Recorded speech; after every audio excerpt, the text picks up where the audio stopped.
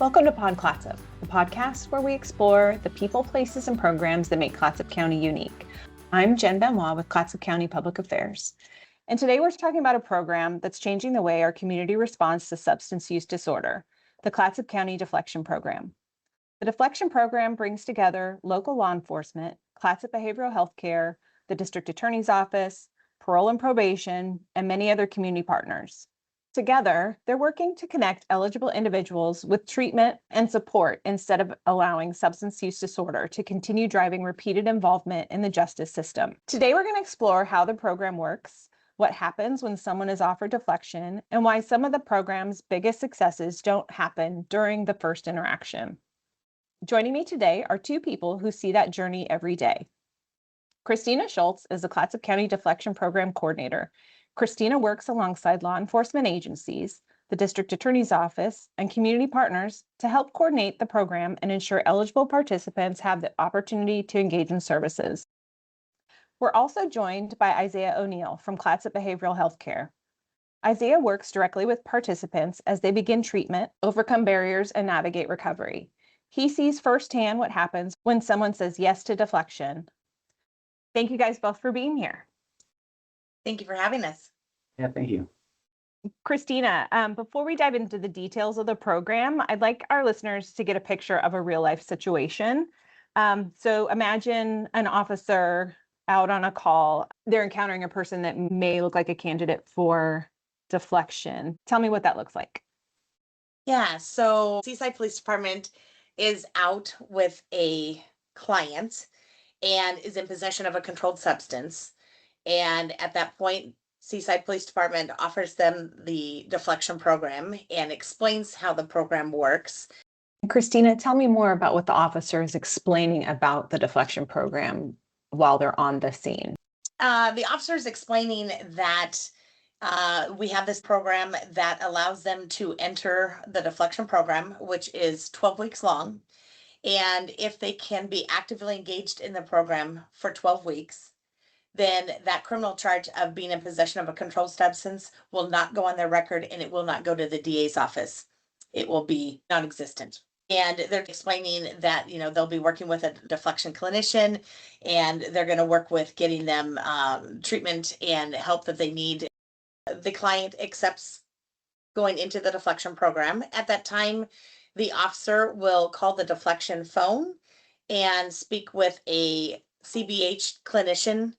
And if they are able to respond to the scene to do a warm handoff, then they will take over the scene and let the officer get back on patrol. CBH will then work with the client and get them enrolled in our program. What are some of the scenarios where they would be offered it? So we have two pathways into our deflection program. So pathway one is where an officer is out with a subject that is in possession of a controlled substance. And at that point, they can offer the deflection program to them if they are a Clatsop County resident. The whole purpose of House Bill 4002 was to engage folks that are in possession of a controlled substance to give them an opportunity to join a deflection program versus getting a criminal charge. So if they agree to go into our program and meet the eligibility criteria of active engagement in our program with Clatsop Behavioral Health, then that criminal charge will no longer go on their record. Now, there's pathway two, that is where law enforcement, parole and probation, CBH can refer a known substance user to our program, and they do not have to be in possession of a controlled substance at that time. It's just that they are a known substance user and they're a resident, and they can be referred to our program as pathway two. So they have no criminal charge hanging over their head, but we're giving them the same requirements of active engagement in our program in order to graduate. When a subject is offered deflection, do they accept it right then? We've only had a few incidences where officers have offered the deflection program and they have declined. Majority of the clients will at least accept the offer and to attempt to go into the program. What makes a person ineligible for deflection? Ineligibility would be that they are not a Clatsop County resident, having a named victim in a lower level crime that is associated with the possession of a controlled substance charge and the amount of drugs at the time of contact. So Isaiah, let's say that the client has said yes. What happens next? What does that first meeting with Clatsop Behavioral Health Care actually look like? Sure. So if an officer is out with a client and calls the deflection phone, either myself or somebody else on my team will answer, and then we'll either report to the scene. That's our goal, is to report to the scene.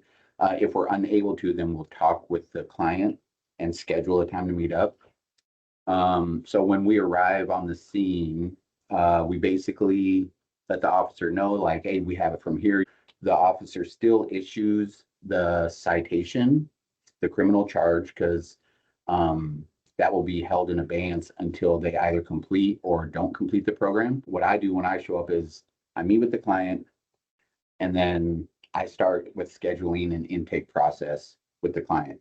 If it's during regular business hours, I'll usually just pick them up and bring them into the office, and we can complete the paperwork there. If it's not during business hours, I'll schedule something with them and meet up with them the following day to complete the paperwork. And is that usually pretty successful that following day they're usually on board? I think as long as we can make it to the scene, like where they are in that moment, then we can usually get some pretty solid contact information from them or their whereabouts. When the law enforcement's on the scene with us, they want to go along with the program more so than if they weren't. But I would say the success rate of getting somebody engaged is pretty high. It goes pretty well. Christina had mentioned the phrase warm handoff. So is that what that is? It's when you're on the scene. Yeah. So a warm handoff is basically, from the way we use it in like the treatment community, is from one provider to another. Whereas in this case, the officer is handing them off to us. So they get to meet us and they're like, okay, this is the guy. So now they've accepted. And what happens over the next 12 weeks? It's a 12-week program. Not everybody who comes in sticks with it every single week throughout the program. And that's to be expected with people who are pre-contemplative in early stages of recovery, who aren't really sure if they want to do it or not. They may come in with me the following day and do what they need to that week and then not show up next week. But that week that they don't show up gets tacked on to the end of their 12 weeks. So we still get that full amount of engagement out of them, which is important. But throughout the treatment process, once their intake paperwork is complete, we sit down and we do a biopsychosocial assessment with them, where we figure out like what barriers they have to treatment, what substances they're using, if they're requiring withdrawal management, if they'd like to participate in residential treatment. Outpatient treatment is the bare minimum that they're required to do for our program. We've had multiple clients agree to do residential treatment, and it's worked out great. The good thing about Deflection is there's some funding involved where we can help with sober living arrangements after they complete residential or after they complete our program or during. So during that 12 weeks, we just work on addressing their substance use, developing a treatment plan that meets their specific needs. And I guess the best way to put it is I just start chipping away. I just start chipping away at it. Some people might come in and then they may be using 3 or 4 different substances, and they may not want to quit all 3 or 4 substances. They may want to quit 1 or 2 of them, and I can work with that. As we'll work on those 1 or 2 substances, and then once we've accomplished that, then we can talk about the what's next. So people don't get sober all at once. I wish I could wave a magic wand, but it's a process, and as long as I can get them to show up, I can work with that, and we can start chipping away at what they need. When you say get them to show up, what are the locations that they can go to get their help? That's a good question. So CBH has 2 main locations, one in Seaside and one in Astoria, that support the Deflection program. during the referral process, if the officer is busy and can't do the telephone call and the warm handoff, they'll give them a citation, and the client has 72 hours to report to either the Seaside or Astoria location, CBH. So if a client chooses to participate in residential, then that's something that we'll talk about during their assessment and something that we can work on moving forward. We have a number of different locations that we send them to. It's also, we can also try to give the clients a choice on where they go. So I'll give them a list of options that might meet their needs. Like if a client's on methadone, there's certain residential facilities that support methadone medication for opioid use disorder. If that's not a barrier for them, then that kind of opens up more options. So they could go to a number of different facilities. I'd like to play a message that was left for you from one of your clients. Yeah, Isaiah, thank you so much for everything, man. You know, you were always there. You were my best counselor. You know, you pushed me in the right ways all the time, dude. When I got out of jail, you were there for me, and I couldn't have done it without you, man. I appreciate everything you've done, man. You know, I owe you my life, dude. You saved my life. I thank you so much. Isaiah, that is a really great endorsement of the Deflection Program and what you have been able to personally do with your clients. Yeah. So that particular individual, I mean, honestly, it almost brings tears to my eyes anytime I hear that. He was an older gentleman, basically somebody that everybody had given up on. He came into the Deflection Program once, did not complete it. He was caught with substances again a couple months later, was offered the program again, came in, and I thought he was going to fail again. But a couple weeks later, he just kind of was like, you know what, I think I'm ready. And I was able to work with him. Luckily, we had made that contact before. He knew where to go when he wanted help, and we had built a rapport that he trusted. And yeah, as of today, I think he's got like 500 and some days sober. He's living with his wife and his kids again. He's looking at becoming a recovery coach. And this is somebody, like I said, that everybody had given up on. And these are the clients that I like working with the most, because I come from a background of what's called lived experience, where I struggled with substance use myself. And I was the guy that everybody gave up on too. So all of these deflection clients are they're pre-contemplative, which means that they don't really feel like they have a problem. They're not really seeking help. And the law enforcement interaction encourages them and offers an opportunity for them to at least talk with somebody. And when I show up, it's somebody that they can relate to, who's been where they've been and lived through the same experiences that they're going through. So I'm really passionate about it. And, you know, this guy, it just warms my heart, you know, because we have multiple stories like that. And that one specifically because like the seed was planted and then he knew where to go when he was ready and felt really supported. Do you have any statistics on the successes? Yes. So we have offered, as of today, we've got 138 clients that have been offered deflection, and 83 of them have entered the program. And as to date, we've had 36 clients graduate. And right now we have 18 clients in the program.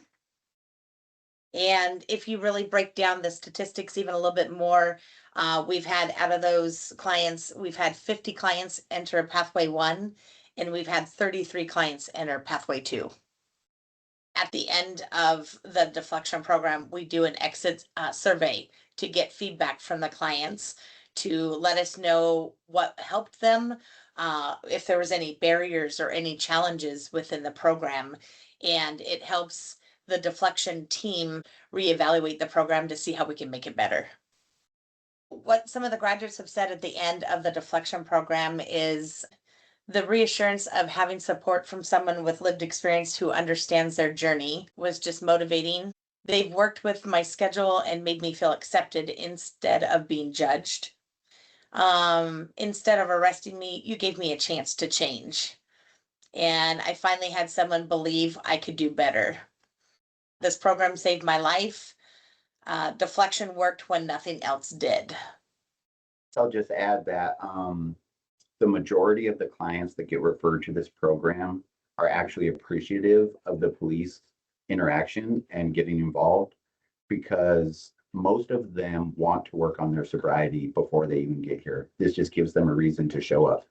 And at the end of the program, they like to give me and Christina and other members of the deflection team credit for the progress that they've made. But I just put it back on them, and I just, let them know, reinforce, like, you're the one who did this. All I did was help walk you through the same things that I've been through myself.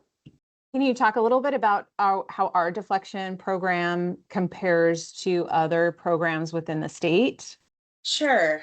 So our program, like Isaiah said, is 12 weeks. Most programs are 12 weeks. Washington County is one of the exceptions that is 6 months long. And some agencies are limiting to the amount of time that you can be in a deflection program. With Clatsop County, we offer the deflection program as many times as they see that they need help. So we will never turn somebody away when they come and say they need help. We will always welcome them with open arms. And I think I'll just add to that what kind of sets Clatsop County's deflection program apart from other deflection programs across the state that I've seen is the amount of people who have bought into the program. When I talk to other counties, some of them are struggling to get the sheriff's department to agree. Some of them are struggling to get the DA's office to agree to do it. Some of them have judges that don't want to do it. So the amount of buy-in that we have from every agency and community partner in Clatsop County kind of sets us apart and puts us above and beyond everyone else. I'm not saying that other programs aren't good in their own right, but it's just really, I just really appreciate the teamwork in Clatsop County. Yeah, I think, just for me being in law enforcement for 35 years, and the reason why I got into law enforcement was to truly help people make a change in their lives. And I truly feel by being part of this deflection program in Clatsop County, with having so much support, that we are truly making a difference in these folks' life every day. Whether it's small strides, whether it's big strides, whether they're getting complete sobriety, or they are truly just cutting down their usage, we're giving them the tools to do that. And just to hear the appreciation of, like, these folks didn't have anybody to fight for them, and just to give them support and just be their cheerleader for them has just been huge. I mean, like Isaiah said, seeing some of these clients get to where they are, I mean, it literally brings tears to your eyes, and it just gives you goosebumps, because with this program, being able to get these folks back on their feet, some people have lived out in the woods for 20 some years. They've never been in a 4 confined walls of a house. And some of these folks have a house of their own now. They have a job where they didn't have that before. We've been able to give them their life back. And I think that just speaks loudly to what we have here in Clatsop County, and the fact that we are truly making a difference in these folks' lives. Thank you, guys. Thank you. Thank you.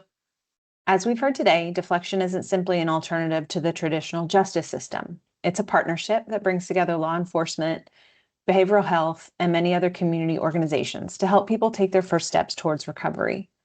One of the biggest takeaways from today's conversation is that every interaction matters. Some participants are ready to accept help the first time it's offered. Others aren't, and that's okay. And sometimes that first conversation simply plants the seed.